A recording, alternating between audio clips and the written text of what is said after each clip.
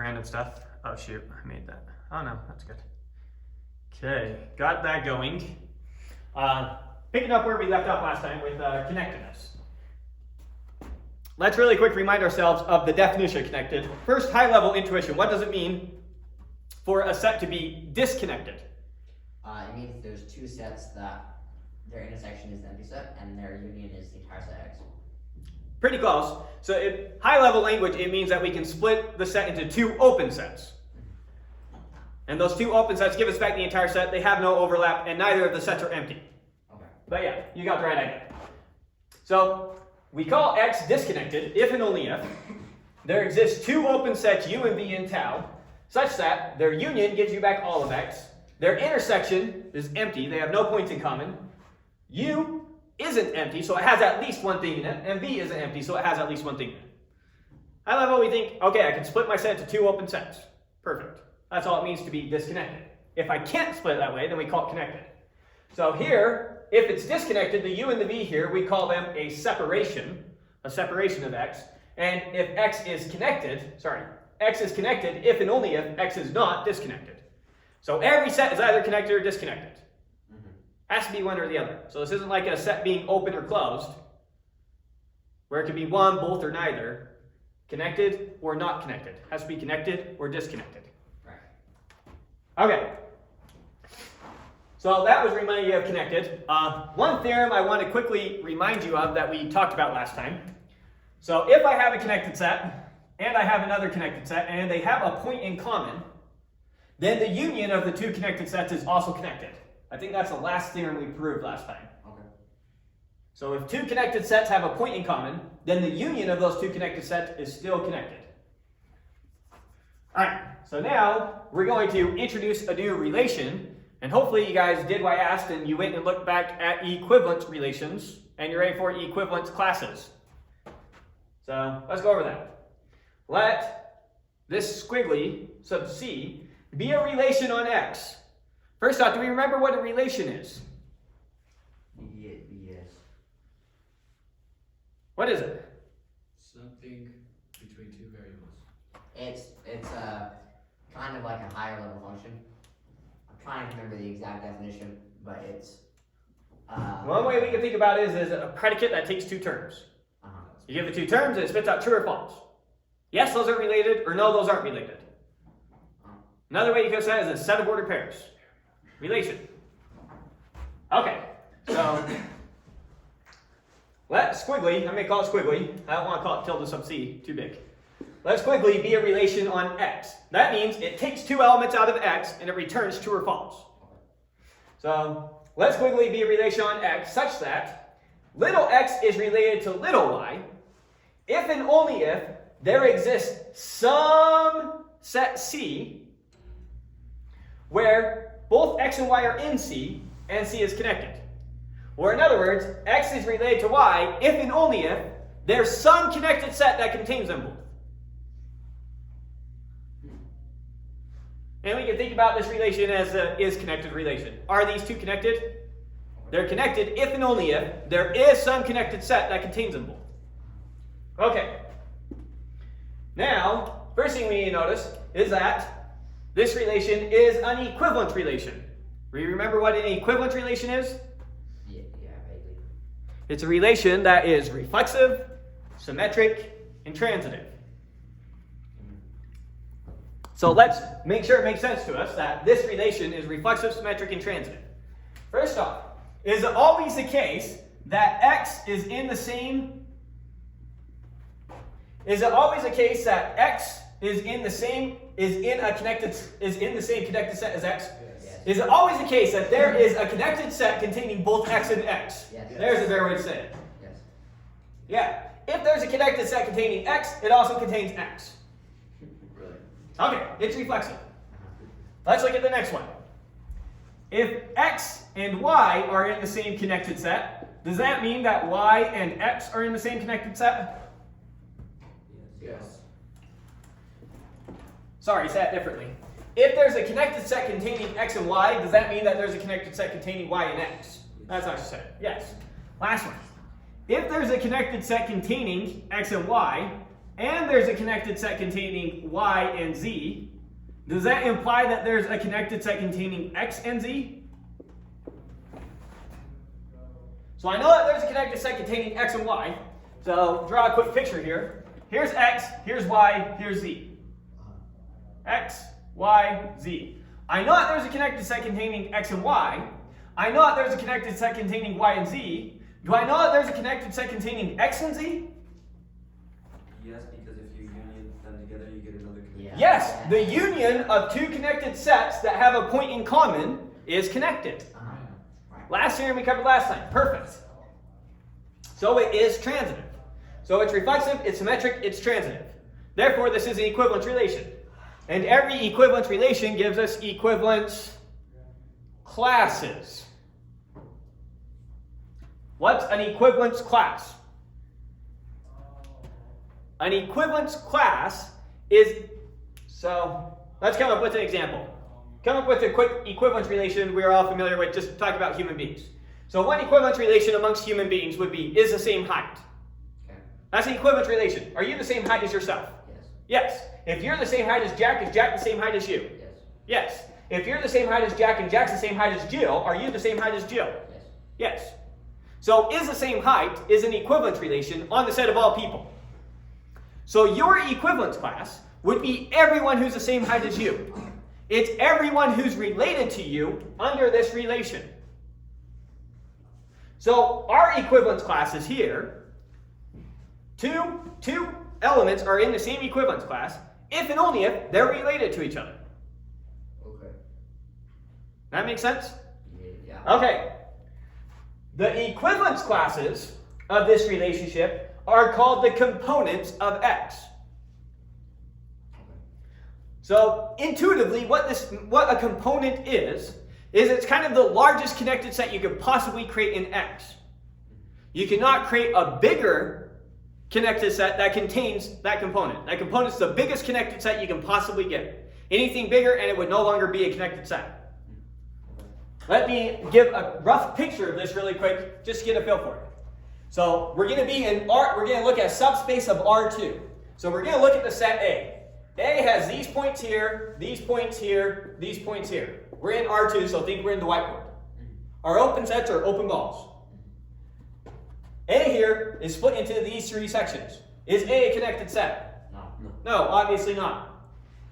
But if I pick 2 points here, can I find some connected set containing those 2 points? Yeah. Yeah, that right there would be a connected set containing those 2 points. Notice that. Pick another point here. Here's a connected set containing those points. Union those together, still connected set.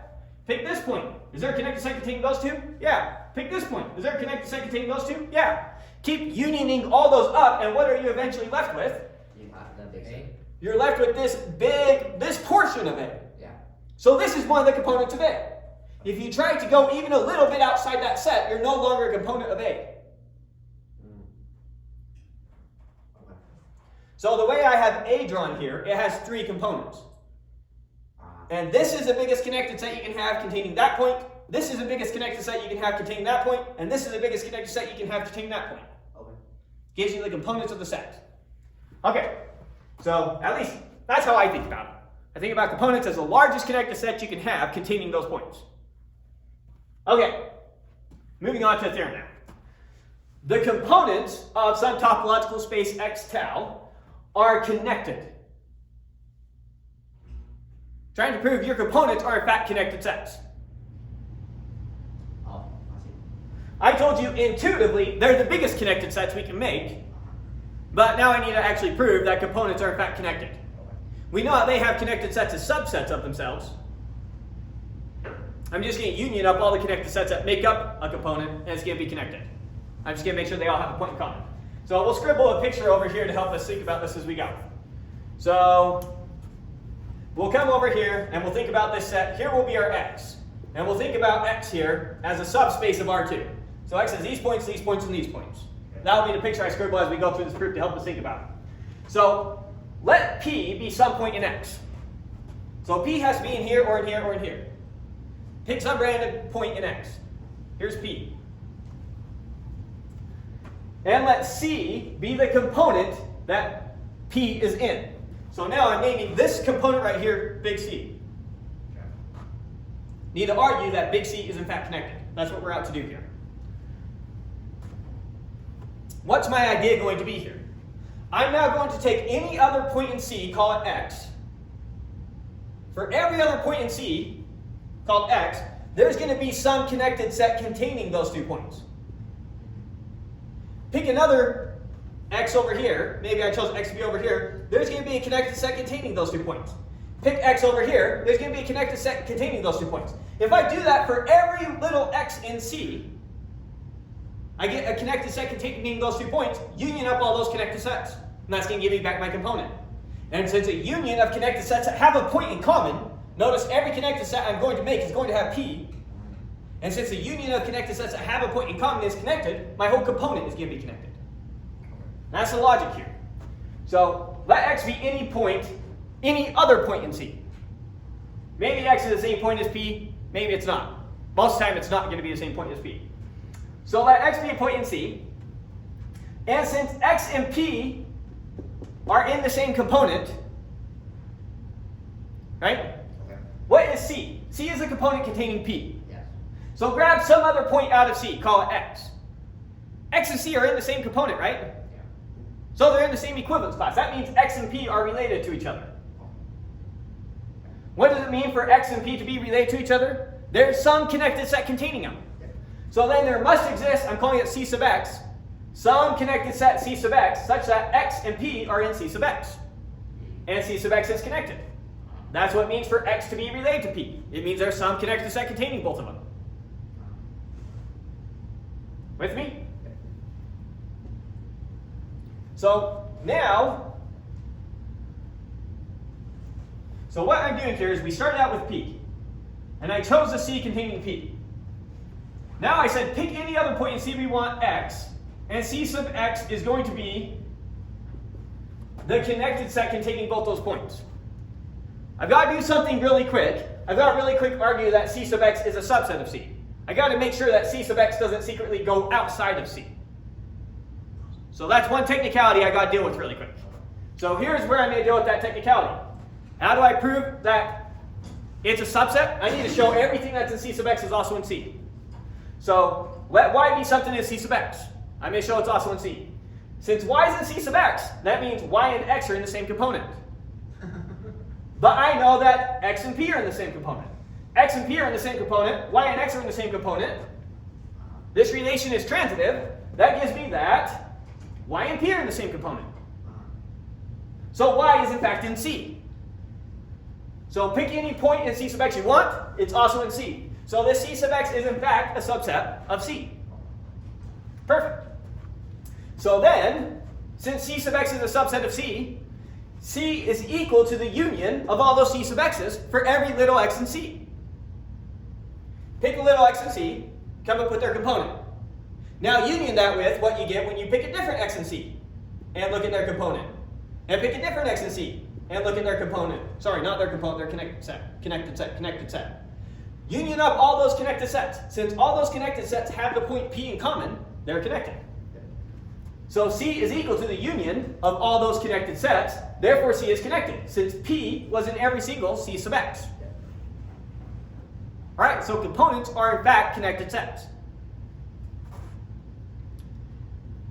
Okay. Now, we know we can have sets that are connected. An example is just R2. R2 is connected. We can't split it into two open sets. We know we can have sets that are disconnected. The X I have drawn here as a subset of R2 is disconnected.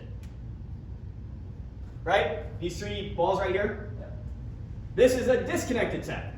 We also have the concept of something being totally disconnected. What it means to be totally disconnected is the biggest connected sets you can possibly create are singleton sets, single element sets. This is not a totally disconnected set because I can find a component that has more than one element in it. This component has infinitely many elements in it. So does this one, so does this one. So a set is completely disconnected if its components are single element sets. There are not two elements in the same component. The only points that satisfy this relationship are when you use the same point twice. There aren't any other 2 points that are related to each other. That's what it means to be totally disconnected. So now let's read the exact definition. The topological space xcal is totally disconnected if and only if its components are single element sets. Sorry, I might sometimes say singleton sets. Same thing. Single element sets, singleton sets. I'll accidentally say that. That's what it means to be totally disconnected. Let's look at an example of a totally disconnected set. One that you might not think is at first blush. Let's look at R with the lower limit topology. That's the one where our basis elements look like this. I know, doesn't seem like it's disconnected, totally disconnected right out the door. But I'll show you that it is. Give me any set you want of R, any subset of R you want, and I'll show you that I can split it into 2 of these. So it's disconnected. If you'll give me a set that has at least 2 elements in it, I'll split it into 2 of these. Remember, when we're talking about the standard topology on R, this isn't the standard topology on R. The standard topology on R, S tau, that's when you're using basis elements like this. Right. That was connected. Yeah. We already talked about how the lower limit topology is disconnected. On top of it being disconnected, it's totally disconnected. So let's really quick just go through some examples. Give me any subset of R you want. And I'll show you it's disconnected using these open sets. 1 through 2. 1 through 2. You want me to include the 1? Yes. Sure. Include the 1. Should I include the 2? Sure. 1 to 2. All right. How can I split that into 2 of these sets? I can take the set from negative infinity. Well, we'll just go from negative 3 all the way up to 1.5. Together with 1.5 all the way up to 10. There's 2 open sets and they separate that set. Yep. Notice that this still works if you didn't include the 2 here. This still is a separation on that set. If you didn't include the 1 here, this is still a separation on that set.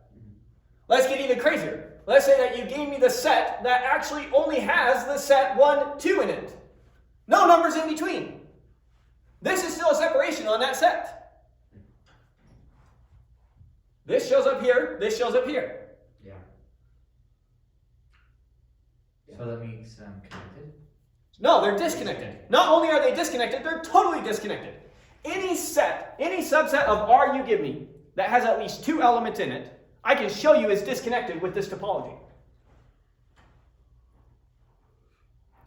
Every single subset of R that has at least 2 elements in it is disconnected in this topology.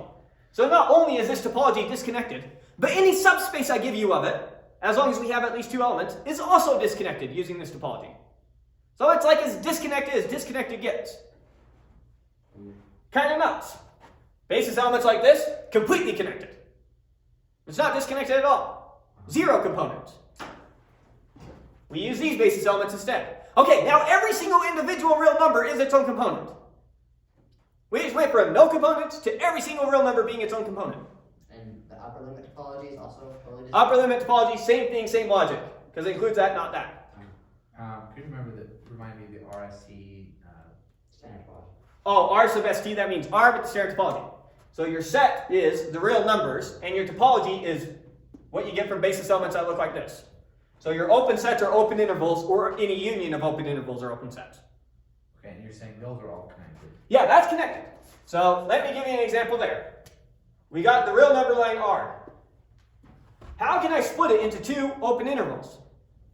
If I say, okay, all the numbers this way, you go in one open interval, and all the numbers this way, you go in the other open interval, what about the number right there? Right between them, we missed it. And so we didn't split it into 2 open sets, because we couldn't get that boundary point. This one enables us to capture those boundary points. So once we can do that, then they're disconnected. Once we can capture Yeah, if we can split it into 2 open sets, it's disconnected. And the real numbers, there's no way, using our standard topology, to split it into 2 open sets. Right. Either we're going to miss a point, or I say, okay, I need to bring this left-hand side over a little bit. Well, if you bring it over just a smidgen, you include infinitely many elements from that. And now you have an overlap between the 2. And you can't have an overlap. Right. Huh? Because right now, this point P is the only point it's not missing. So this is the open interval from P to infinity. This one right here is the open interval negative infinity to P. So all they're missing is P. And if I try to grab that and I say drag it to the left, how much? 1. So if I drag it to the left, so now this is P minus 1 to infinity. Then now where do these overlap? These overlap from P minus 1 to P. Right. Okay. Which means that they have elements in common. Their intersection isn't empty anymore. The intersection of this with this is not empty. It has infinitely many elements in it. One of your requirements for it to be a separation is your U and your V, their union has to give you back the whole set. And their intersection. That one does. Their intersection has to be empty. That's where we fell. I see. If I try to just go back to P to infinity and negative infinity to P, now my problem is when I union, I don't get all the real numbers. Sure is the P. Because I'm missing P. So there's no way to do it. R is connected. We're going to prove R is connected. Right now we're just using feel-good talk to get intuition for this. I just.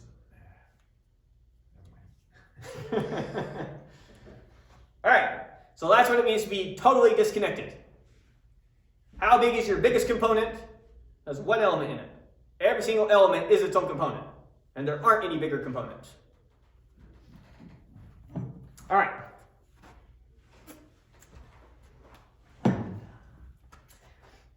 Now, let F be a map from X to Y. Let F from X to Y be a homeomorphism. What does it mean for F to be a homeomorphism? It means that it is a continuous bijection. It means that it is a bijection that is continuous both ways from X to Y. Perfect. It's a bijection, it's continuous, and its inverse is continuous. What's a bijection? 1 to 1 and on 2. It's a function. It maps every element to one and only one element, and we map to everything in Y. Yeah. So we map everything in X to one and only one thing in Y, and we use up all of Y. It's a pairing off of all the elements in X and Y. And so a homeomorphism not only does a pairing off of all the elements in X and Y, it does a pairing off of all the open sets in X and Y. And you can perfectly pair them off with each other. What's an open set? I needed to ask that question. It's a set in a topology. It's a member of a topology. Then what's a closed? What's the difference between open and closed? It's complementary. A closed set is a set whose complement is open. Complements opposite. So it's everything not in the topology. No. Not everything not in the open set could be in the topology. A set is closed if its complement is in the topology.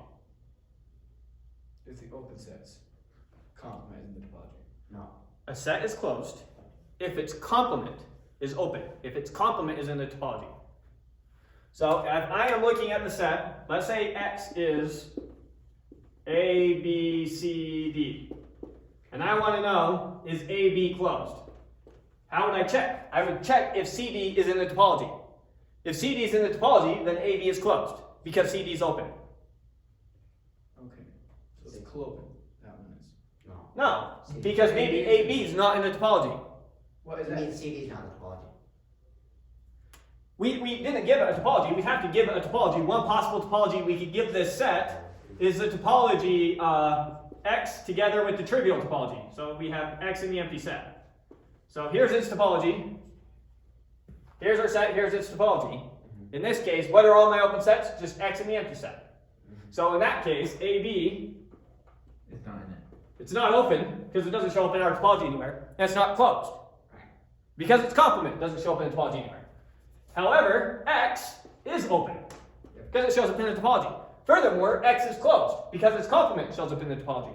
So it's close. So in that case, X is open. It's both closed and open. Okay. So whether you're open simply means were you listed out in the topology, yes or no? Okay. That's all it means. Let's see. Were you closed? Check if your complement was listed out in the topology. When we're talking about the standard topology on R, we're saying what's our open set going to be? Any union of open intervals you can talk about. So every open interval is an open set, and any union of open intervals is also an open set. Okay. So the open interval from 2 to 5 is open in the standard topology, because it's a basis element. Okay. Furthermore, if we took the open interval 2 to 5 and we unioned it with the open interval 10 to 20, that's still an open set, because it's a union of two basis elements. Okay. My eraser's over here. Now that we've kind of clarified that, can you explain? Close it. Oh, this guy's even feeling good. It's a little chilly. Could you explain the R sub E or I or whatever that is on the complex side? Or what? What? So the line that we're talking. This column? Yeah, the Lower limit topology. This? Oh. explain that again, please. R sub L. L. That's an L. Yeah, Yes. cursive L. Lower limit. Look like an E with an epsilon. Yeah. Cursive L. R sub L, it's the lower limit topology. So our set is the real numbers. And what are our basis elements? They're intervals that look like this. How is it? So this is an open set. 1 to 5. Including 1, not including 5. That's an open set in this topology. It's not an open set in the standard topology on R. It is an open set in the lower limit topology on R. Right. If we don't include the 1, now this is an open set in the standard topology on R. It is not an open set in the lower limit topology on R. Okay. It makes sense. That tiny difference is what makes it connected to completely disconnected. Although I just lied to you. Oh. But I don't want to confuse you. Yeah, what? I'm gonna keep this. Now I'm confused. But you got the right idea. You got the good intuition. Let's stick with intuition for now. I don't want to do that deep dive. I should have been a little bit more careful with my example. Okay.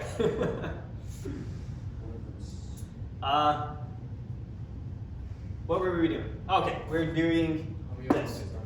F from x to y, let f from x to y be a homeomorphism. So it's a bijection between the elements, and it's also a bijection between the open sets.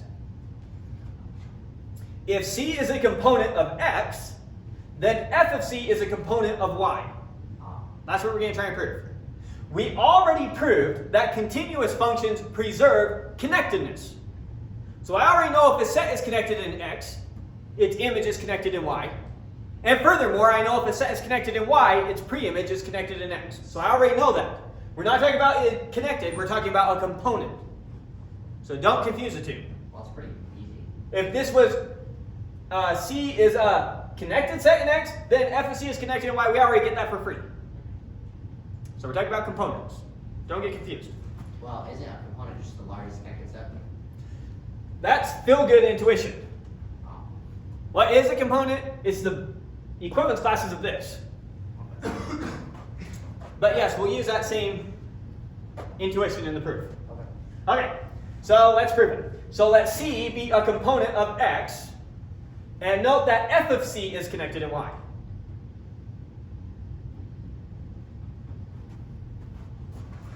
Not that f of C is a component of y. That still remains to be proven, but we know it's for sure connected in y. Okay. So we've got x over here. We got y over here. We got C is a component of x. So maybe x is this set, and this set. And it's mapping over into y into this set, and this set. So here's my C, and I'm running it over here through a function f. Now for all I know so far, when I map it through, it actually only looks like this. F of C might just be that portion of this component over here. But it's for sure connected. Since C is connected in x, f of C, what it maps to over here, is for sure connected in y. Okay, so let C be a component of x, and note that f of C is connected in y. Now, since f of C over here, let me write f of C first, and I'll do the dotted line around it. So here's f of C, and it might be this portion of this component.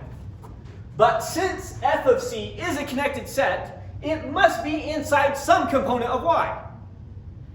Since all the elements in that connected set are in the same connected set as each other, they must be in some component. Right? What does it mean that you're in a component? Two elements are in the same component? It means there's a connected set containing both of them. So all the points in f of C are in the same component of y. because there's some connected set containing them, namely f of c. So there must exist some d, so calling this component over here big D now, there must be some component of y, call it d, such that f of c is a subset of d. So there must exist some big D in y such that f of c is a subset of d, where d is a component. Must be some component in y containing f of c. Good? No. No. Why can't it not be in D? It's mapping from X So, to Y. what is a component? A component contains all the elements that are related to each other under this relation, which is in the same connected set. There's more than 3 components. And why? Right, there might be thousands of components in y, there might be one component in y. Why isn't there infinite? There could be. We don't know. This is just a picture to help us think. Because points aren't everywhere. This is just a picture to help us think. I have no clue what the set x is and I have no clue what the set y is. Yeah, I get that. So all I know is that c is for sure a component of x. Yes. F is a continuous function. It's a homeomorphism, but at least it's a continuous function. What's a continuous function? It preserves connectedness. So Oh. if this set is connected, then its image is connected. That's what you're saying. Okay. So f of c is for sure connected. Okay. So every element in f of c is in some connected set as every other point in f of c. Pick any 2 points in f of c and I can find a connected set containing both of them, namely f of c. Okay. So they're all in the same component. A component is the equivalence class of this relation. Of F of C. If I can find a connected set containing 2 points, then by definition, they're in the same component. Yes. That's how we define component over here. How do I know 2 things are in the same component? There's a connected set containing both of them. Okay. So all the points in f of c have to be in the same component, because they're all in a connected set, namely f of c. Right. Okay. So there has to be some component that for sure contains all of f of c. Okay. And we're calling it d. It turns out f of c is going to be equal to d. That remains to be shown. Yep. Oh, wow. All we know is that everything in f of c is a subset of d. Right. Okay.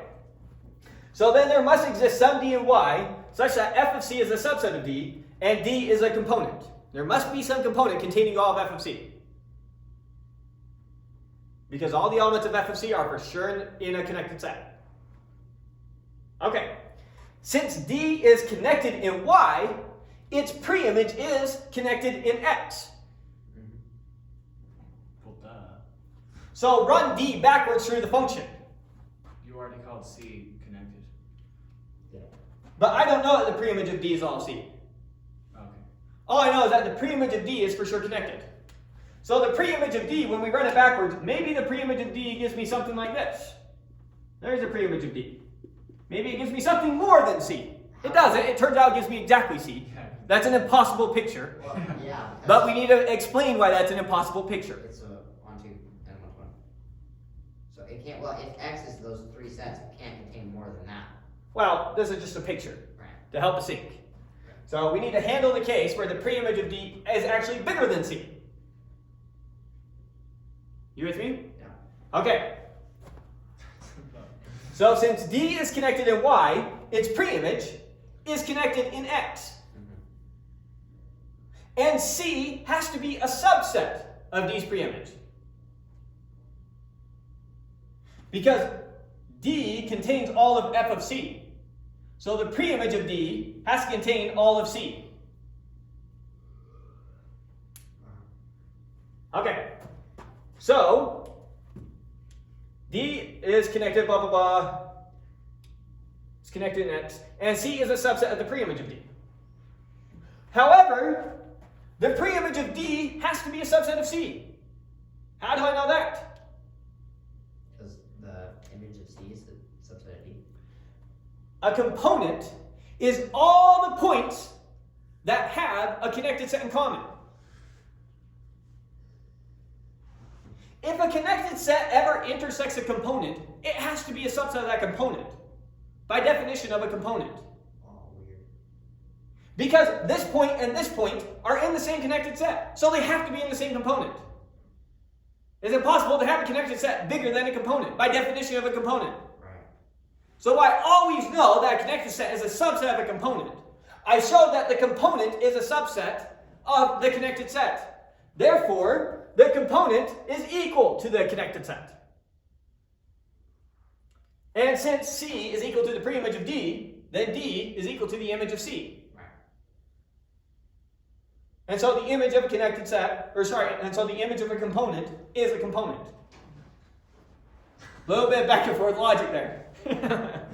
Stretching your brain. It's so simple, but it's so much math. It's so obvious to your brain until you prove it. Until you have to prove it. And then suddenly it's not so obvious anymore. And you start to wonder, wait, what did I get to use again? The fact that that's our conclusion just hurt me. Okay. Sorry, any questions on that? Alright, let's jump to what's going to be the big proof of the night, I think. Ooh. Which is the fact that R with the standard topology is connected. So far we've just been relying on intuition for this. Now we need to actually prove it explicitly. R is in fact connected with the standard topology. You can give like a 5-second definition of standard topology. Unions of open intervals like this.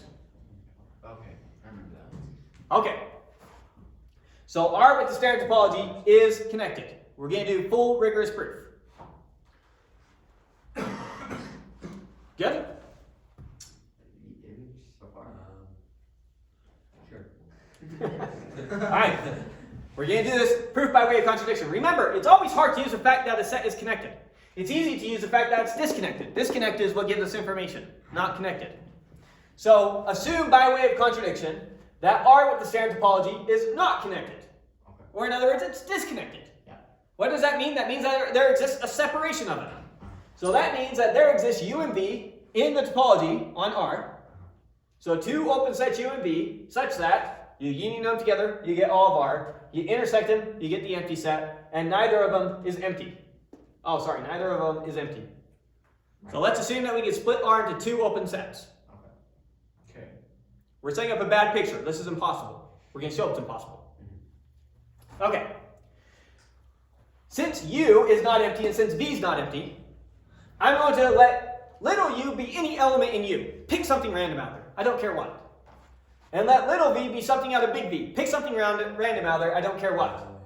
And assume, without loss of generality, that U is less than V. Remember, these are real numbers, so one's bigger than the other. Right. And if it turns out that V is in fact smaller than U, relabel it. Call the bigger one U and the smaller one V. And the one that the bigger one came from, we'll call that set U, and the one that the smaller one came from, we'll call that set V. Right. So you can just relabel things as needed. That's what it means without loss of generality. Just relabel as needed to make this the case. Right. Good so far? No. What? Why do they have quantity?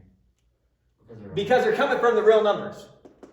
Oh, if they're a number. Okay. Yeah, so these are now real numbers. You can think about these as variables in your algebra course. U and V, those are nice, well-behaved real numbers. We love when we come across these. Yeah, I'm happy. Easy for us to think about. Okay. Now consider the subspace on U to V.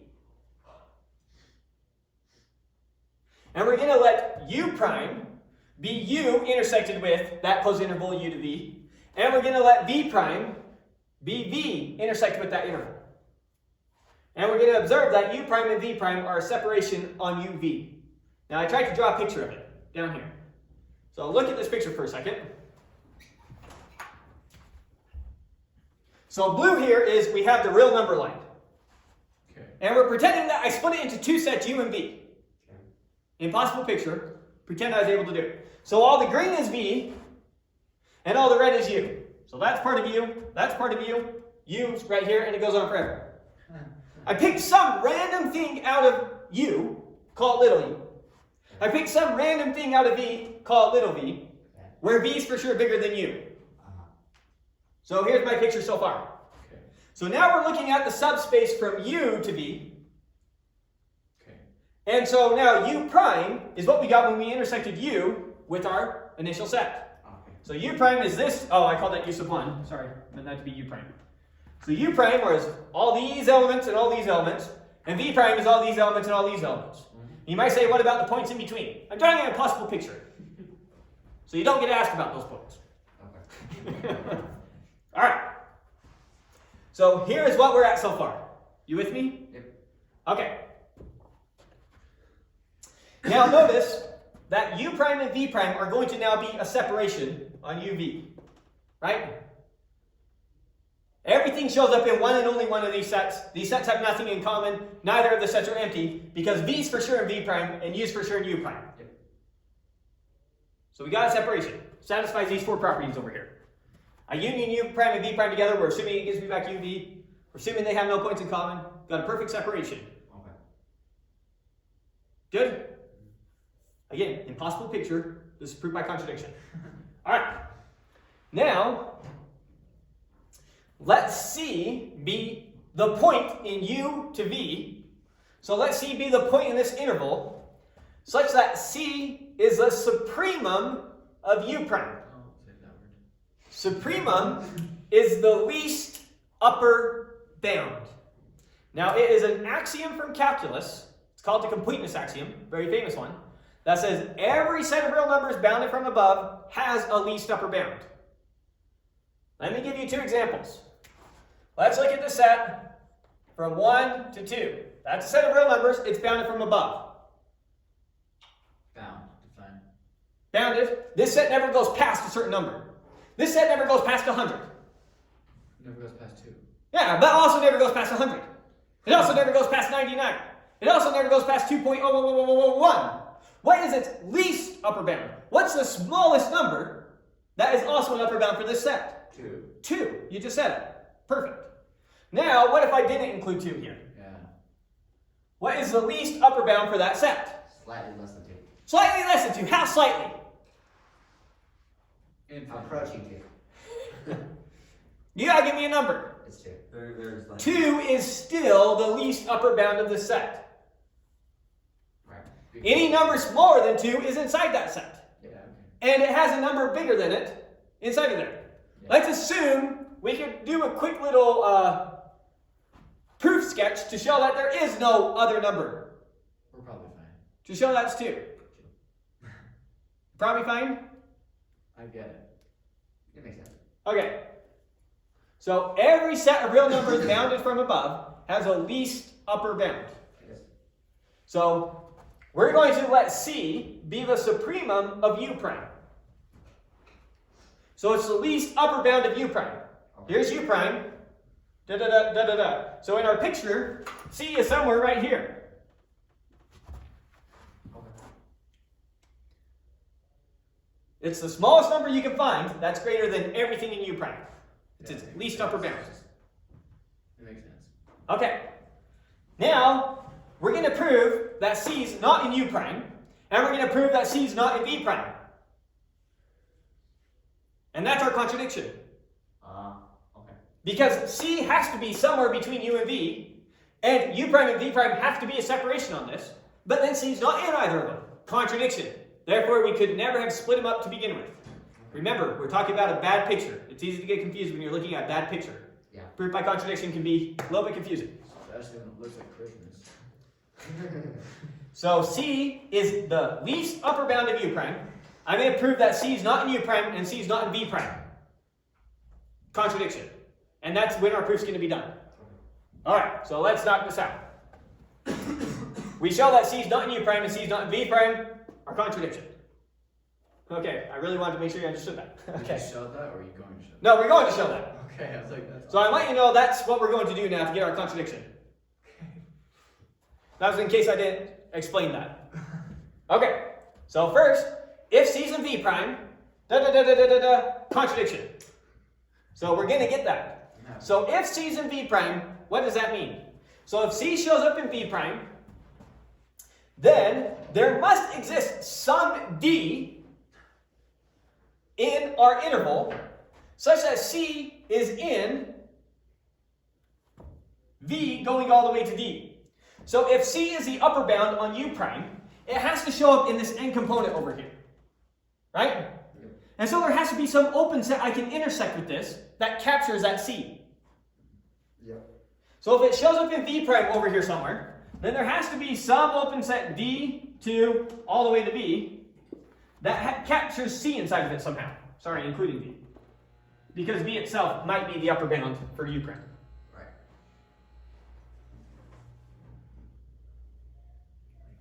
But no. Yeah, right. Why does it have to be in that first V prime? Why does it have to be in this one? Yeah. Why could it be in one like this? Like, why can't it be in U? It's just supposed to be in the inner. No. If C is in V prime. Oh. Okay. So if C is in V prime, it has to be in this portion of V prime. It couldn't be in a portion like this. Because it wouldn't be the police prime. Because then it's not an upper bound for U prime. I know V is in V prime, and I know U is in U prime. So I know that the last component here has to be all V prime. I'm talking about D. So first off, let's think about C for a second. If C is in V prime, it has to be in this end unit. That makes sense to me.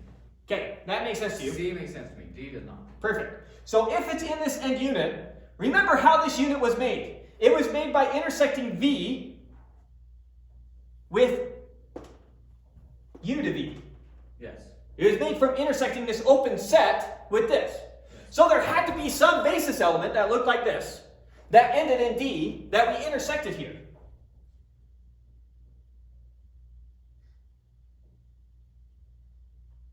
From D to V.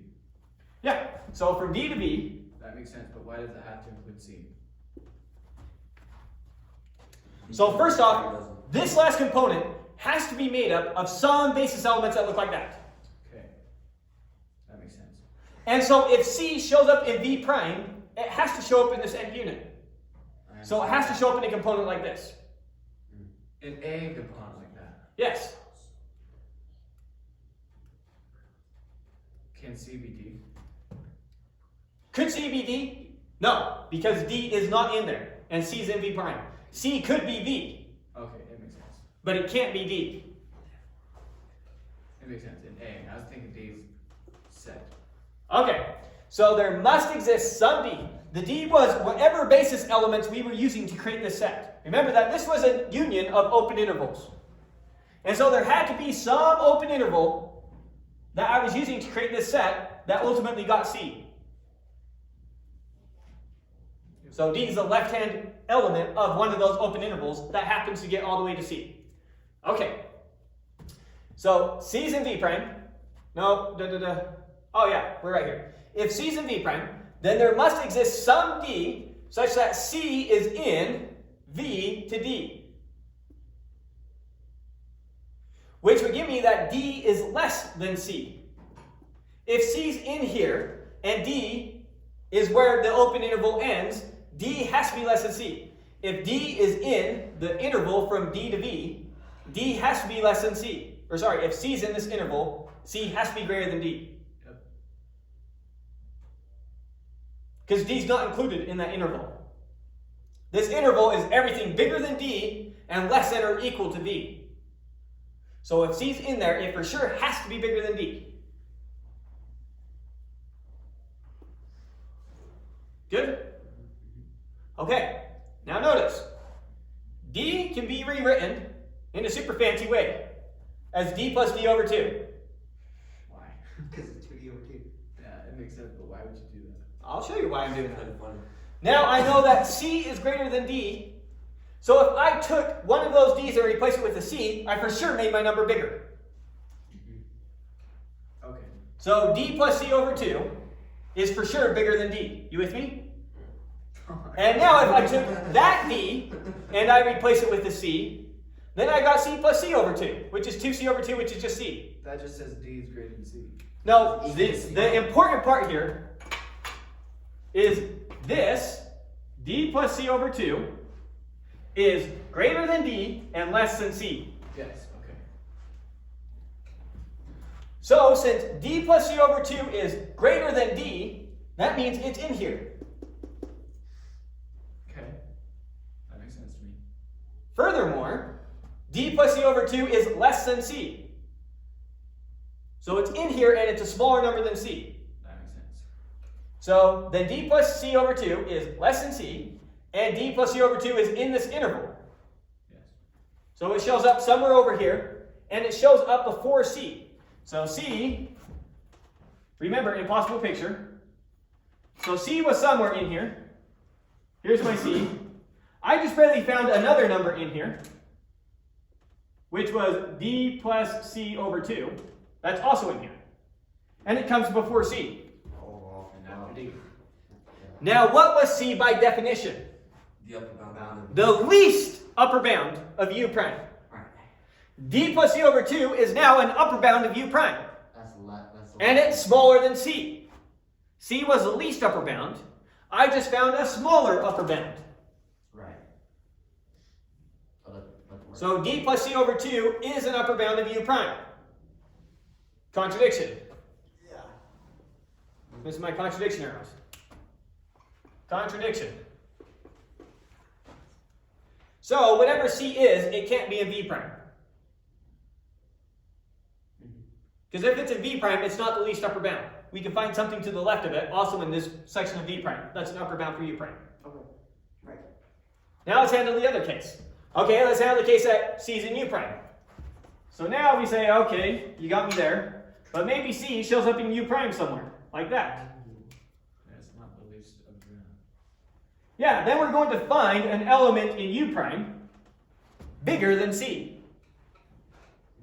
And so c is not going to be an upper bound of u prime. Yeah. Okay, so that's what we're going to do next. If c is in u prime, then there must have existed some basis element such that c was in that basis element, and that basis element was a subset of u, or of u prime. Remember, u prime is some union of basis elements. Right? So if c is inside of here, then there must be some basis element, however small, containing c, that goes from A to B. Right. If it shows up in an open set, it must have been in a basis element.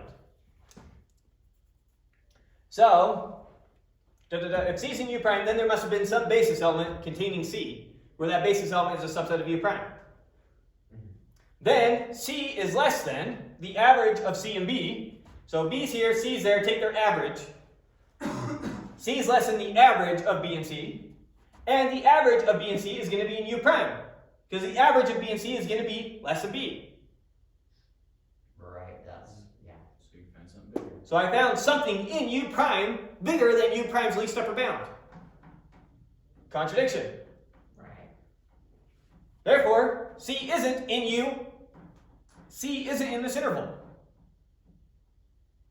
Because it didn't show up in u prime, it didn't show up in v prime. So contradiction. Therefore, our initial assumption is false.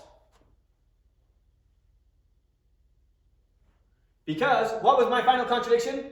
Let C be a point in there, then C is not a point in there.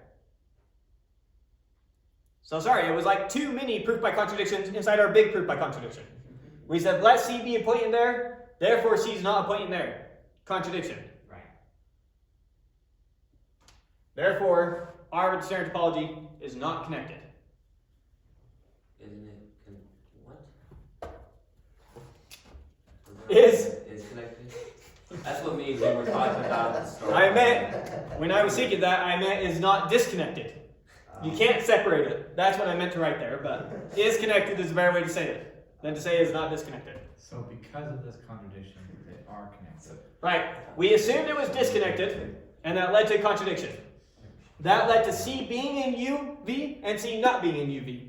Right. It's just. Can we go back a little bit? D could be smaller than C, so why does that Pick make a line. What line are we going into? 8? Why is D plus C over 2 an upper bound?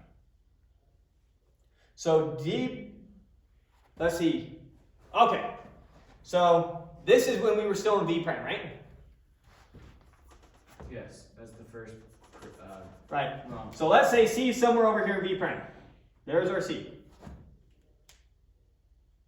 why can't you just put C as the upper bound of U prime? Uh, Because that's what it is. the actual upper bound of U prime, if we were to draw an accurate picture, would be right here, and it would be a point that's not in either of Yeah, them. that makes sense. So it's an impossible picture, so I can't draw that. Okay, we'll keep going for each. So we're assuming that C is in V prime.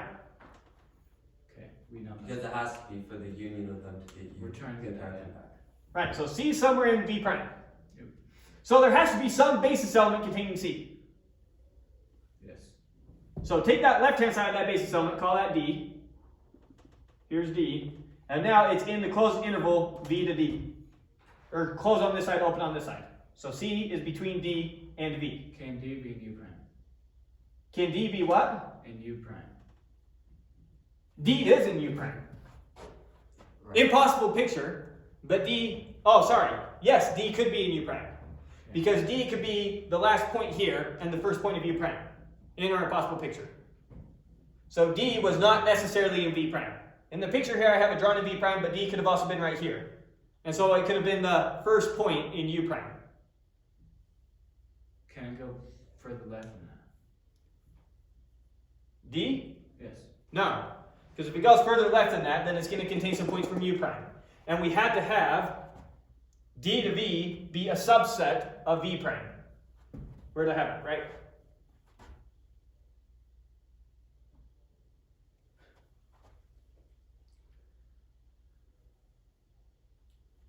I never stated that. That's Thank what you. I'm missing. Okay. Such that C is in that, thank you, is a subset There we of go. V prime. That makes sense in my brain. Okay, which gives me that D is less than C.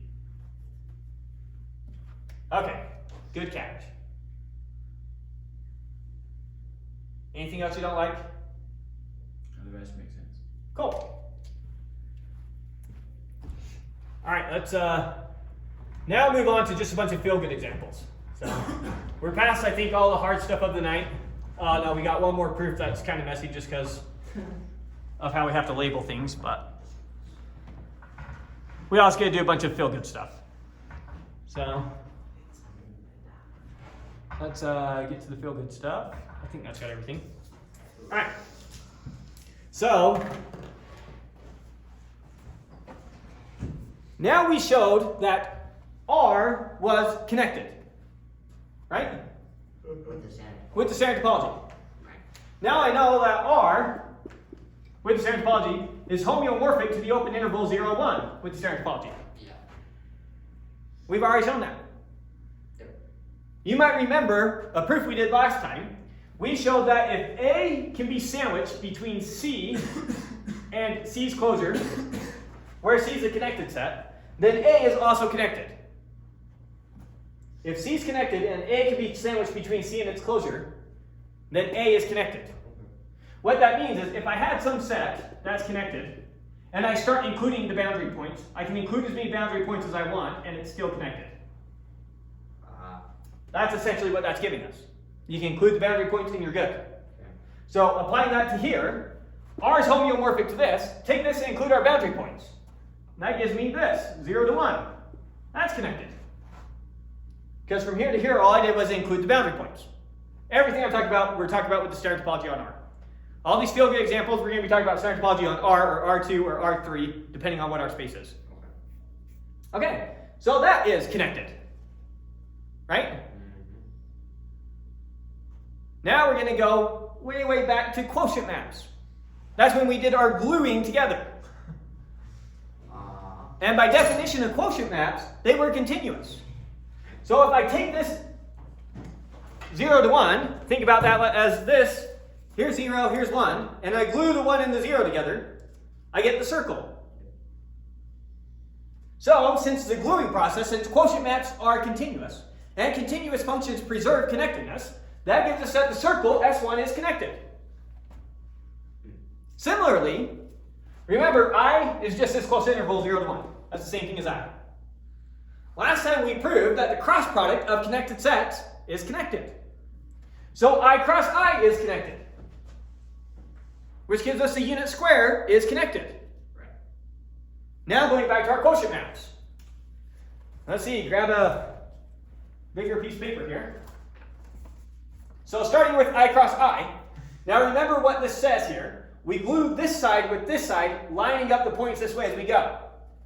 So if I take I and I glue that edge to itself, I get the annulus. Why is that an annulus? Remember, in topology, we can stretch stuff out, it doesn't change it. So imagine I stretched out this end and flattened it against the board. You get like a washer. An annulus. So the annulus is connected. Furthermore, the Mobius band is connected. This is connected. If I take this edge and I glue it to this side, so that we twist it in the process, that gluing, giving us a Mobius band, remember, up to down. So we're identifying that point with that point, that point with that point, that point with that point. Yep. Gives us the Mobius band connected. Yep. The torus. We take the torus, we take this side and identify it with this side directly. And then I take this end and I bring it around and attach it with this end. So it gives me that donut shape. Yeah, right. Remember, just the surface of a donut. That's a torus. So the torus is connected. Another way you can see the torus is connected is we already proved that the circle is connected. And the torus is just a circle crossed with itself. How? Take a circle. So there's one circle. And now to every point on that circle, I attach a circle. So to this point, I attach a circle. To this point, I attach a circle. And I'm like constructing a tube as I go. All the way around. Bunch of circles. So a circle crossed with the circle gives me a torus. The surface of a donut. Well, I'm not seeing that. I wish I was a better drawer. Yeah. Let's start by drawing just the donut shape, and maybe I can do this. Okay. So here, Yeah, yeah. you're totally right. You can think about the inner part of the donut as being a circle, and to each point on the inner part, assign the circle that gives you that boundary. All the way around. oh, I see. So a torus is a circle crossed with a circle. Like another dimension. We already know that the circle's connected. We know that the cross product of connected sets is connected. Therefore, the torus is connected. Two ways you can see it. That's what your picture was. Yeah. Not an artist. Klein bottle. Can't do the Klein bottle, but how do we do the Klein bottle? You get your torus. So we don't do the Mobius strip, or we start with the Mobius strip, so it's got that twist in it.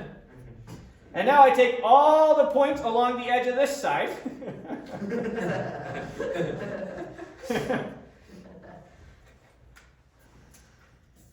I have to take all the points along this top edge. Twist them over. I don't know how to get you to see this, because obviously it's impossible to do in 3 dimensions of space. You need 4 dimensions of space. Yeah. But I need all the sides on one side of the Mobius band to go around and connect to the sides of the other Mobius band. Look at 3D rendering of these things. They'll give you a pictorial way of seeing a Klein bottle. But the Klein bottle, as hard as it is for us to picture, as hard as it is for us to get any intuition as to what that Klein bottle even is, it's easy to show it's connected. It's easy to work with mathematically. A sphere. How do we get a sphere? Maybe that doesn't help. It's hard to wonder if it's like the circle's 2-dimensional and A circle is 1-dimensional. We just need 2 dimensions of. We need R2 to project a circle here. If you lived on a circle, you would be a 1-dimensional being. You're just a point.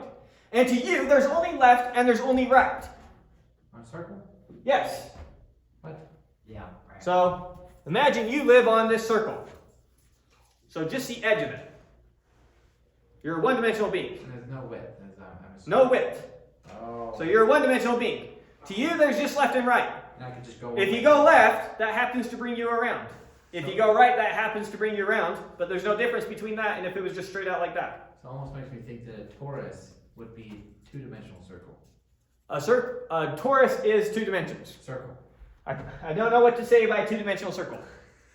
You can make some argument that the 2-dimensional circle is the torus. You could also make some arguments that the 2-dimensional circle is a sphere. What's the 2-dimensional circle? A sphere. S1 cross S1 is the torus. That makes it a 2-dimensional, doesn't it? When you add another to that. Well, another- I don't know. Right? This would come down to a matter of definitions. Okay. I have no problem with you saying the 2-dimensional circle is a torus. I would also have no problem with someone saying a 2-dimensional circle is a sphere. What? That's what's so confusing, is I always thought it was a sphere. But in this case, it's A torus cross a torus, or a circle cross a circle is for sure a torus, though. But a torus is not That's a for sure. circle, or a sphere. No, torus is a surface of a donut. Very different from a sphere. So that's just, So how can a two-dimensional That's shocking. circle I be don't- a sphere and a process? Well, that's what I'm saying. There isn't, I'm going to go look at the mathematical object, a two-dimensional circle. That doesn't exist. A circle is a one-dimensional object. Right. That's like saying, what's a four-dimensional point? A point is a zero-dimensional object. Wow. A three-dimensional point. You can have a point embedded in three-dimensional space, but that's not a three-dimensional point. I can have a circle embedded in three-dimensional space, but that's not a three-dimensional circle. Right. That's a circle embedded in R3. Gotcha. I So, don't know if that answers. however you want to think about it. The strict answer to your question is there's no such thing as a two-dimensional circle. A circle is a one-dimensional object. That's the strict answer. It's like, what would it be if it was three-dimensional? And we've always thought I don't know how to answer that. we always thought It it was would spherical. not be a circle, that's what it would This be. is indicating it's not the case. That's weird. What would it A be? circle cross a circle is for sure a torus. It's for sure not a sphere. Cross. Well, like, for instance, we all would agree that a cube would be a three-dimensional version of a square. Right. It's I'm a- okay with you saying that. It's a square cross square. But okay, so you've never proven it. I don't know, someone might have, we just never looked into it, I don't know. Well, it's just that strictly speaking, what you're saying doesn't make sense. Is a square cross square? Because a circle is a one-dimensional object. Strictly speaking, what is a three-dimensional square is a bad question, because a square is a two-dimensional object. I guess. We say a natural counterpart to the square in 2 dimensions is a cube in 3 dimensions. And now it's a natural counterpart, whatever makes your intuition feel good. Okay, so you're basically saying there's really no connection whatsoever between. Well, no, our intuition likes it. shape and dimensions. Our intuition likes it. It feels good to us. But there's just no connection. But strictly speaking, a two-dimensional circle makes no sense. Because it's a one-dimensional object. Because think about it this way. What is the zero-dimensional object? The only zero-dimensional object is a point. Right. Which one-dimensional object should we associate with that point? Should we do the interval including the endpoints? Should we do the open interval? Is that the one-dimensional version of a point? Should we do the whole real number line? What's the one-dimensional version? Number line Oh, turned okay. towards you. So this construct of that as we go up dimensions, if there's a specific shape that something should be, is flawed because like the line technically is once it goes up another dimension is all the other shapes. So one way you could think about what you're saying is imagine I took this higher dimensional object and I intersected it with your space. So if I took a cube and I intersected it with the whiteboard, I could do it in such a way that it produces a square. Okay. Unfortunately, if I took a rectangular rhombus, I could also intersect it in such a way that it produces a square. So that's what I'm thinking of is intersections of a two-dimensional object or A three-dimensional object on a two-dimensional plane. yeah. So the intersection of a three-dimensional object, what object would it be and So when you intersect a sphere with the 2 dimensions, it always gives you a circle. If I were to try and intersect the Mobius, it's going to give me 2 circles. okay. If I cut a plane through the Mobius, it's going to give me 2 circles. Right. Right. That's not a moment. On the other hand, not Mobius, thank you, torus. On the other hand, the torus you generate from S cross S. That's not how you get a circle. Right. I have a question. Go ahead. So if we have a unit square, what's the unit square across unit square? So I take a unit square. If I cross it with just the closed interval 0 to 1, that gives me a cube. So we're right. If I take the unit square and I cross it with the unit square, we're talking about a 4-dimensional object. Okay, yep, you do. Okay, sorry. And I don't know what to call it, except for a hypercube. But a torus is a circle across circle. A torus is a 1-dimensional object cross a 1-dimensional object. So it gives you a 2-dimensional object Squares are that we can only envision in 3 dimensions of R. But it's still a 2-dimensional object. A square is a two-dimensional object. So a square is 2 dimensions, another square is 2 dimensions. A circle is one. So when we cross it, we get 4 dimensions. So what's a 1 cross 1 gives you 2, 2 cross 2 gives you 4, 10 cross 10 gives you 20, 5 cross 3 gives you 8. square, okay. A circle is a, square. One-dimensional object. and a square isn't. I assumed when you said square, you meant the filled-in shape. No, I mean a square. Not Okay. a plane. So if you actually just mean the square, then okay, it's now a one-dimensional object. Yes. And so you want the square crossed with the square. Yes. Now you have a very boxy-looking torus, which topologically speaking is identical to the torus. That's crazy. Because this Right, is right, right. homeomorphic to this. That's what I was thinking. I was just wondering. Okay, so if that's what you mean, yep, that's where we're at. A boxy looking torus. Yeah, what? I want to see that now. Okay. Is that just a torus? What is or strange? something? It's logically equivalent to a torus. Sorry. Topologically equivalent to a torus. It's homeomorphic to a torus. Yes, right. That's what I was. That's what I. So topologically speaking, I already have it drawn for you right there. All right. Yeah. Anyways, moving on to the sphere. How do we get a sphere?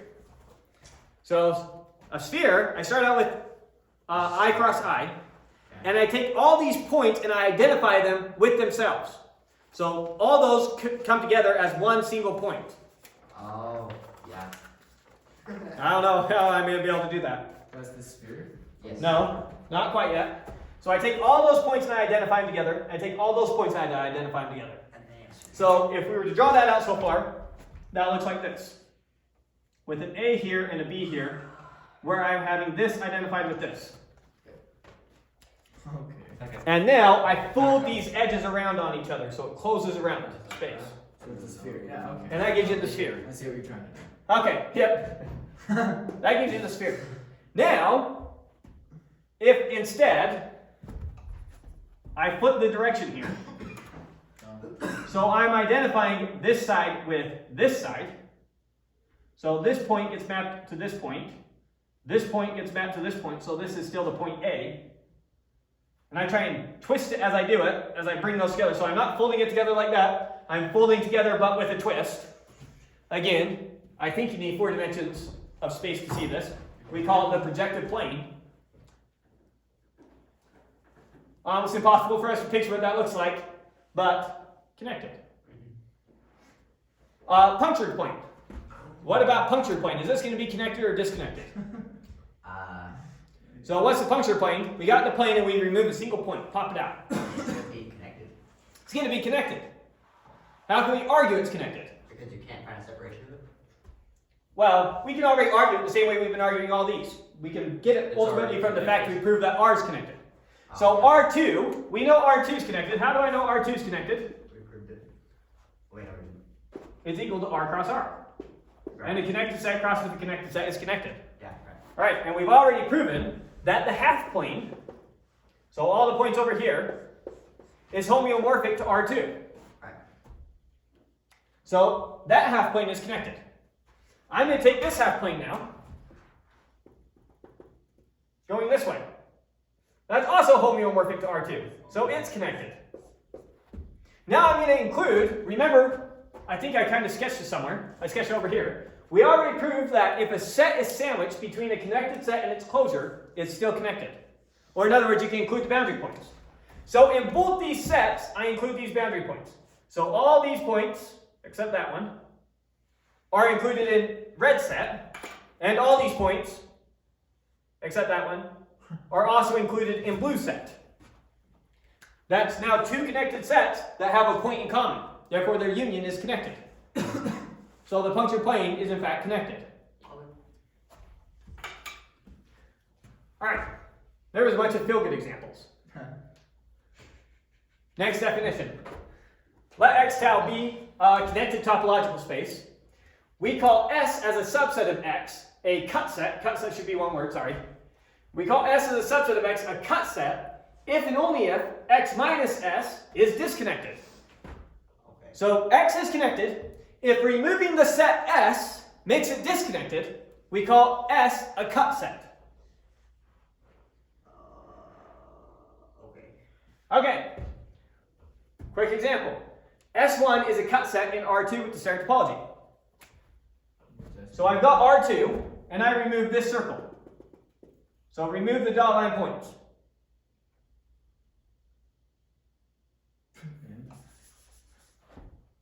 Here's S1. So we're thinking about an R2. So R2 is my whole whiteboard, right? Okay. I take all of R2 and I get rid of the red points. So what does that leave behind? It leaves behind the blue points. It leaves behind the points inside of here, not including the boundary, and all the points out here. Oh, I see it. Yep. So I just barely split R2 into two open sets, the interior and the exterior. So S is a cut set in R2. Notice any line is also a cut set in R2. Take R2, run a line through it. I like be like an infinite. Yeah. All lines are infinite. So it's S one. So any line is also a cut set. Yes. But I don't have to be super conservative with it. I can take R and I can remove all the points in this band. That band going on forever. So I start with R2 and I remove all the points in that band. What I'm left with is a Cut set. The two. what I'm left with is a disconnected set, so that band would be a cut set. Yes. So we don't need to find some minimal way of removing just enough points to split it. We can remove just a whole chunk right out of the middle. Brilliant. Still cut set. Okay. What's a cut point? If P by itself is a cut set, then we call P a cut point. In what example would that be true? So let's think about an example where it's not true. In all of R. In all of R, remove one point. Yeah, that's not true. So no point is a cut point. We already proved that. The punctured plane is connected. Yes. In R2. In R2. Yes. Let's look at R1. Real number line. That's what I thought. Okay. I get rid of this point. Disconnected. Now it's disconnected. So this only applies So to R1. every point in R is a cut point. No point in R2 is a cut point. Every point in R is a cut point. R1. Let's look on the circle. Imagine we're looking at the circle here. Does it have a cut point? Yes. Yeah. Every point. Every point. Yeah, if I remove that point right there, then now I have a disconnected set, right? No, it's still connected. So. Yeah, Oh, sure, yeah, you're I right. know. You have to remove 2 points. Because if you remove just 1 point from the circle, you're now left with something that's topologically equivalent to R. And R is connected. Now we know that once you have R, every point's a cut point. So cut point. So if I remove 2 points, now that's a cut set on the circle. So cut points only apply to R1. No. Well, only have effect. Yeah. apply. Of the feel-good examples we've been talking about, there's so many stupid spaces out there, it's ridiculous to even try to think about it. Yeah, well, if there's one But that's in R1 connected it on is. only one point. Huh? or two. Yeah, where it's connected with only one point.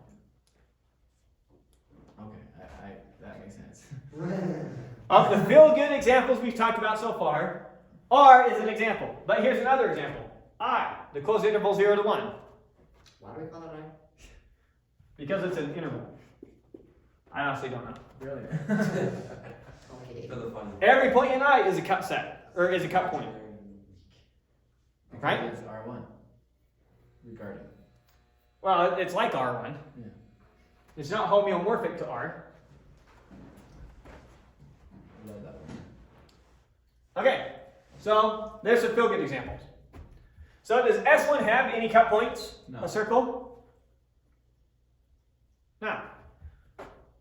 If I take any 2 points out of S1, where P and P prime are not the same point, then that is always a cut set of the circle. Okay.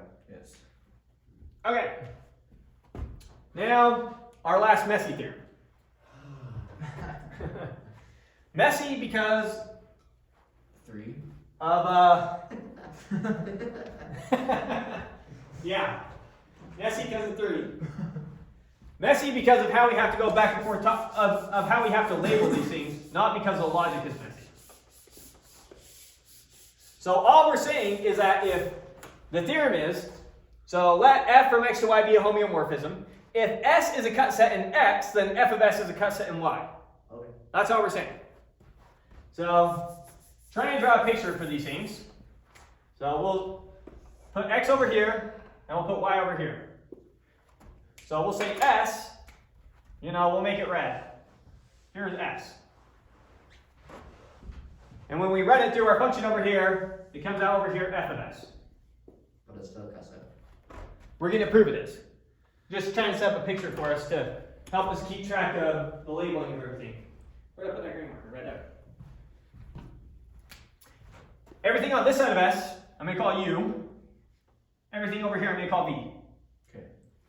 When I run it through my function, everything over here, it turns out, is going to be f of U. Everything over here is going to be f of V. And looking at this picture is going to help us name things over here. Because the reason this is messy is just because of how hard it is to label things. It's not because it's bad logic, or messy logic. Okay, so let's get started. Let S be a cut set in X. And notice that X and Y are connected sets. Okay. Right? Okay. Now, if S is a connected set, what does that mean? That means X minus S is disconnected in X. If S is a cut set of X, that means when I get rid of those points, we're now disconnected. By definition. By definition of a cut set. So, since X minus S is disconnected in X, there must exist two sets U and V such that everything in X minus S shows up in U or in V. It's not or. Union. Everything in X minus S shows up in U union V. There we go. So, very important technical point. U could include some of S. U could include this point, and V could include this point. Okay. Once you cut it out. X minus S. Okay. U is a subset of X. It's not necessarily a subset of X minus S. So U could include some points on here, and V could also include some points on here. Similarly, F of U could include some points on here, and F of V could include some points on here. So don't think that every point only shows up in one and only one of these three sets. Okay. Yep. Gotcha. Okay, that's what kind of makes the picture over here messy, is we have to account for that. Okay, so I know that X minus S is a subset of U union V, not equal to, a subset of. Because U union V could include some points from S. That makes sense. Okay, so X minus S is a subset of U union V, and U intersected with V intersected with X minus S is the empty set. So U and V may have points in common with S, but when you get rid of S, U and V for sure don't have any points in common. Right. So when we intersect U with V with everything that's not in S, we for sure get nothing. Okay. In other words, if U and V have any overlap, it had to be in S. Outside of S, they have no points in common. Yeah. So U intersect V intersect everything that's not in S is the empty set. Okay. And then finally, U intersected with everything that's not in S can't be empty, and V intersected with everything that's not in S can't be empty. There has to be a point over here, and there has to be a point over here. Okay. Okay. That's what it meant to have a separation on X minus S in X. Okay. So you see, simple logic, but a lot of writing to capture that. Now let's just run it through the function. So I run X minus S through my function. F of X minus S is the same thing as F of X minus F of S. F of X is Y, because this function is on 2. It maps all of X to all of Y. So, F of X is Y, so we're looking now at Y minus F of S. So, when I run everything that's not S through the function, I get everything that's not F of S over here. That's all we're saying so far. And Y minus F of S has to be a subset of U union V's image. Since X minus S was a subset of U union V, F of X minus S has to be a subset of F of U union V. Since X minus S was a subset of U union V, F of X minus S has to be a subset of F of U union V. Maybe equal, but for sure a subset. And F of U union V is the same thing as F of U union F of V. With me? Okay. We just barely showed something important. I showed Y minus F of S is a subset of F of U union F of V. f of u and f of v are going to be my separation of this set. So the first thing I had to show is that everything in here shows up in those two sets. I need to show that that set's not empty, that set's not empty. Sorry, that this set when we intersect with that is empty, that this set when we intersect with that is empty, and then finally the intersection of the intersection of the intersection is empty. Okay, so we got the first step. So that was one. Now I need to let's look at f of u intersected with y minus f of s. So I'm looking at f of u intersected with everything that's not f of s. And I need to make sure it's not empty. So f of u intersected with everything that's not f of s is equal to f of u intersected everything that's not x. Or sorry, that's not s when we run through the function. So just bringing that in the domain. If I run y backwards through the function, I get x. If I run s backwards through or f of s backwards through the function, I get s. And u we never put forward to begin with. You see going from here to here? Yep.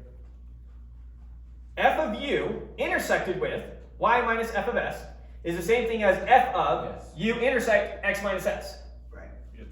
Okay, now u intersect x minus s we know is empty. That's written somewhere up here. Yep. Oh, it's not empty. Sorry, wrong one. Okay. This one. U intersect x minus s is not empty. We knew that there was a point over here. There we are. So, since we knew that the domain wasn't empty, then when we run it through the function, its image can't be empty. Or in other words, we're now guaranteed there's a point over here. Since we knew that there's a point over here, there has to be a point over here. That's how functions work. That's how bijections work. And bijections. No. That's how bijections work, not how functions work. Not necessarily. This function. Actually, no, he is right. Every function maps everything in here to something in here. So in this case, we get because it's a function. Yeah. But for sure, we got the point. Okay, now I need to make sure that there's a point over here. That's the next line. Once again, f of v intersected y minus f of s is equal to f of v intersect x minus s. And I know that v intersect x minus s is not empty, so its image can't be empty. Okay. That we have right there. Since that is empty, this can't be empty. And then finally, the last thing we have to show is that f of u intersected with f of v intersected with everything in y that's not f of s is empty. So in other words, every point over here that's not in f of s shows up in one and only one of these two sets. That's so simple, but so complicated the way you write it. I should have come up with some cleaner notation.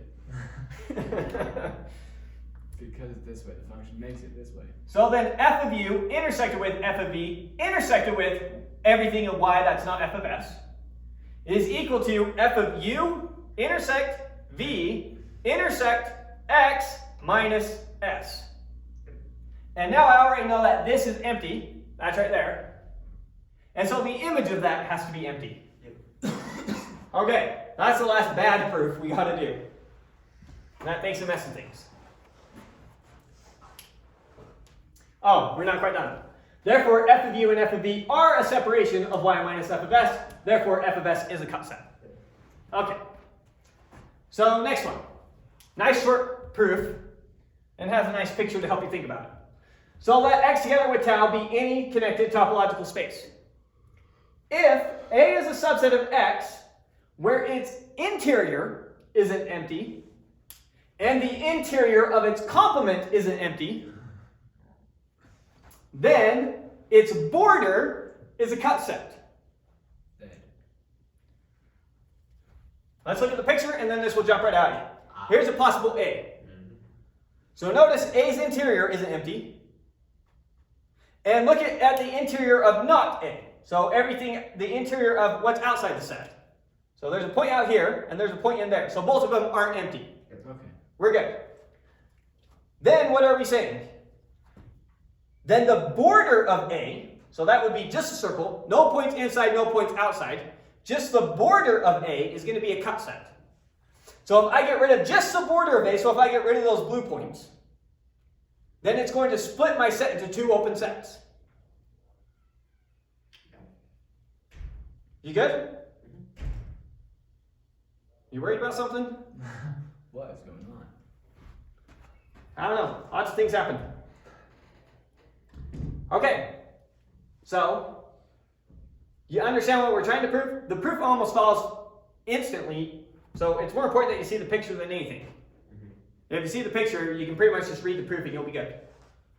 So, let A be some subset of X such that its interior isn't empty and the interior of its complement isn't empty. Now, this is an old theorem going back, but just so you remember, the interior of a complement is equal to the complement of the closure. Yes. So we're going to use that fact here. Okay, so let A be a subset of X such that its interior isn't empty and the interior of its complement isn't empty. Or in other words, the complement of its closure isn't empty. Okay. Notice, oh, sorry, I did say that. That's the same thing as the complement of its closure is not empty. Okay. So then let's look at X minus A's border. I'm proving that this set is disconnected. I'm showing that this is a cut set. So X is connected. If I subtract away the border of A, I'm going to be left with the disconnected set. That's what I'm proving. By definition, what is the border of A? It's its closure minus its interior. That's the border. So X minus the border of A is the same thing as X minus the closure of A minus the interior of A. Now notice what this is saying. We're saying we're going to take X, we're going to get rid of everything that's in the closure, but keep everything that's in the interior. If I do X and I get rid of the border, I only get rid of the border, that means get rid of the entire closure and then bring back the interior. That's how you get rid of the closure. Or you can think about that as kind of distributing the negative sign. We subtract that, but then we need to add this piece back. Yes. So it's X minus the closure, and then union back in the interior, and we're good. Yep. Okay. X minus the closure is exactly what we mean by the closure's complement. Yep. And A interior is exactly what we mean by A interior. So A closure is closed or open? Close. Closed. The closure is always closed. It's in some sense the smallest closed set that contains it, right? Yes. So the complement of a closed set is open. So this is an open set, that's an open set. Sort of. So those two sets are separation on this. So X minus the border of A gives you the union of two open sets, neither of which are empty. Therefore, it's disconnected. Yep. Okay. So, Do we start intermediate value theorem? Judging by the name, I think we better wait. yeah. I want to introduce the theorem and show you one cool fact about it, and then we'll do the proofs next time. Because this just ends on a really cool note. So here's the intermediate value theorem from calculus. We're going to prove the topological version, which gives you the calculus version for free. Here's the intermediate value theorem from calculus. It says let f be a function from some closed interval on the real numbers to the real numbers. So let f from AB to R be continuous, and let C be any point in the real numbers such that C lies between f of A and f of B. Then there must exist some point x naught between A and B such that the image of x naught is equal to C. Get this with the picture and then it's real clear what it's saying. So here's some random function. Here's a random A, here's a random B. With me so far? F of A run it through the function is that. F of B run it through the function is that. Now I'm saying pick any point C between f of A and f of B. Doesn't matter which one you pick. Then, if you look backwards through the function, there had to be a point between A and B, called x naught, that map to it. That's all the intermediate value theorem says. Isn't That that functions work. No. That continuous functions have this nice property. isn't that just the epsilon delta definition? Or very similar to that? At least It's- somewhat. You can see how it's similar. Yeah. The way that you would prove this in calculus is using the epsilon delta definition of continuity, because it's using the fact that f is continuous. Yeah, right. So you've already got some intuition for how you might go about proving this. Okay. So let's read this one more time with this picture, and I think it'll be obvious. Let f be a function from a, b to r. So it maps everything in this closed interval to something in r. So let f from a, b to r be continuous, and let c in r, such that c lies between f of a and f of b. So c somewhere between f of a and f of b. Then there must exist x naught between a and b, such that f of x naught is equal to c. Right. Good? Yep. Okay. A quick corollary of that is if your function's continuous, and a spits out a negative number, and b spits out a positive number, then your function had to be 0 somewhere. Yep. Yeah, right. You with me? Yep. That's the same as this. It's just a special case of this. So if f of a and f of b have opposite signs, then your function had to be 0 somewhere. So that's a quick corollary. Let f from a, b to r be a continuous function where f of a and f of b have opposite signs, then there must exist x naught in a, b such that the value at x naught is exactly 0. So we won't prove either of those. Instead, we're going to prove the intermediate value theorem for topology, and then this is just a special case of this, and this is just a special case of this. So we get those two for free. So we'll do that next time, and we'll reintroduce it next time. The thing I want to introduce now, let me just read it for you. It turns out that as long as x here, as long as your domain is a connected set, then the intermediate value theorem works. So what we're going to prove is, let f from x to r be a continuous function where x is connected, and let c be anything in r such that c lies between f of a and f of b. Then there exists x naught in big X such that its value spits out c. So this and this say the exact same thing. We're just replacing that closed interval with any connected set. Maybe real numbers, maybe not. Any connected set, and this intermediate value theorem works for it. Right. And then we'll prove this cool function, or this cool proof. Let f be a function from S2 to R. What is S2? It's not S cross S. S2 is a sphere. Let f from S2 to R be a continuous function. Then there exists some c in S2 such that f of c is equal to f of minus c. Right. What is this going to mean? So let's imagine S2 being the surface of the Earth. Okay. So we want a continuous function for the surface of the Earth. What should our function capture on the surface of the Earth? What's something we might want to capture at every point on the Earth? Height. Height, we can do elevation, that's one. Let's do temperature. Let's think about one that kind of varies over time, so it's not always the same. But height would work well as well. So temperature is a continuous function on the surface of the Earth. As I take a thermometer and I walk around the surface of the Earth, the temperature goes up and down continuously. Oh, Right? Yes. that's what continuous means. Yeah. That's intuition for what we mean by continuous. Okay.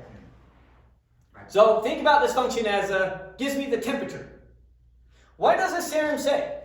This theorem says that there exists some point on the Earth such that that point and the point exactly on the opposite side of the Earth have the exact same temperature. So our theorem here is going to prove that there's always 2 points on opposite sides of the Earth that have the exact same temperature. Even as the temperature is constantly changing, there's always 2 points on opposite sides of the Earth that have the exact same temperature. C is a point on the Earth. Wait. Negative C is a point on the exact opposite side of the Earth. Doesn't that mean that every point on Earth has the same temperature? No. We're not saying any 2 points on opposite sides of the Earth have the same temperature. We're saying there are always 2 points on opposite sides of the Earth that have the same temperature. Okay. This is just Maybe multiple, but there's always at least 2 points on the surface of the Earth, That's not. exactly opposite from each other, that have the exact same temperature. Okay. You can't prove that. Exactly. You would think, how on earth would you prove that? That's why I wanted to end on it, because it's one of those proofs that when you first think about how on earth would you ever go about doing that, it seems almost impossible. And then when you see how stupid simple the proof is, you're like, that's amazing. It seems wrong. How on Earth? It is very simple. So hypothetical to prove it. temperature. Now, it's only an approximation to the extent that the Earth is a perfect sphere, and to the extent that your temperature is a perfectly continuous function. Oh, okay. So in their perfect world. Right? There's no such thing as perfect in physics. Yeah, okay. There's just stupid good approximations. So it's a stupid good approximation that there's always 2 points on opposite sides of the Earth that have the same temperature. They have the same temperature to the degree that you can measure the temperature. Similarly, if we were measuring how hard the wind is blowing, there's always 2 places on opposite sides of the Earth where the wind's blowing the same hard. If we were to measure how much heat it's collecting from the sun, does that work? So wrong. No, No. wait. No, it can't, right? No. And yet it does. And I'll prove it. No. There's going to always be 2 points on opposite sides of the Earth, feeling the same amount of heat from the sun, absorbing the same amount of photons from the sun, to the extent that can be modeled with a continuous function, which is a good approximation. You're wrong. Now, there'll always be 2 points, in that case, on opposite sides, where the sun's shining right here, and they'll kind of move with the sun, staying on just the very boundaries. Right. But yeah, we'll prove it. For any continuous function you can come up with that would work on the surface of the Earth, this will hold. Yes. We're going to prove it for all those cases all in one go. That's what you have to look forward to next time. A little bit better than philosophy, maybe. If it's not a. It's not saying all of them have a point on the other side. It's that there's just one. There's always 2 points on opposite sides of the Earth that have the exact same value for any continuous function. And that's because what you're saying. Always. That's, Those points might move with time. that's the part that messed me up. It's not. What I'm saying is that not all the points have one. Not every point is the same as its opposite. In general, that's not going to be true. I measure a temperature here. I go directly to the opposite side of the Earth to measure the temperature. Odds are it's not going to be identical as the temperature here. You're saying at some point somewhere there is one. There is some point on the Earth that I could go to and you could go to, such that we're on opposite sides and we're measuring the exact same temperature. Then we could go to 2 different points where we'd be measuring the exact same wind, and 2 different points where we'd be measuring the exact same heat from the sun. And you're saying this is because they cross that zero boundary that they zero out the y. I don't know what to say. The second figure indicates that there's a point where there's like the balance of. I can't even think of how to describe what I'm thinking. Well, we'll do the proof next time. Intermediate value theorem. It's one of those things that initially it seems kind of dumb. You're like, okay, that's obvious, big whoop. Yep. But it has amazing applications. Nope. It's one of the most famous theorems in calculus. Yeah, right. The intermediate value theorem. Calculus. Yeah, very famous theorem from calculus right here. Don't worry, I'll make sure you get your own time. Okay, so yeah, we'll do the intermediate value theorem next time, and we'll start on path connectedness next time. New notion of what it means for 2 sets to be connected. That's cool.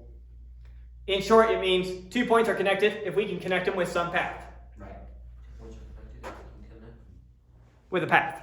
Right. Thank you. Yep.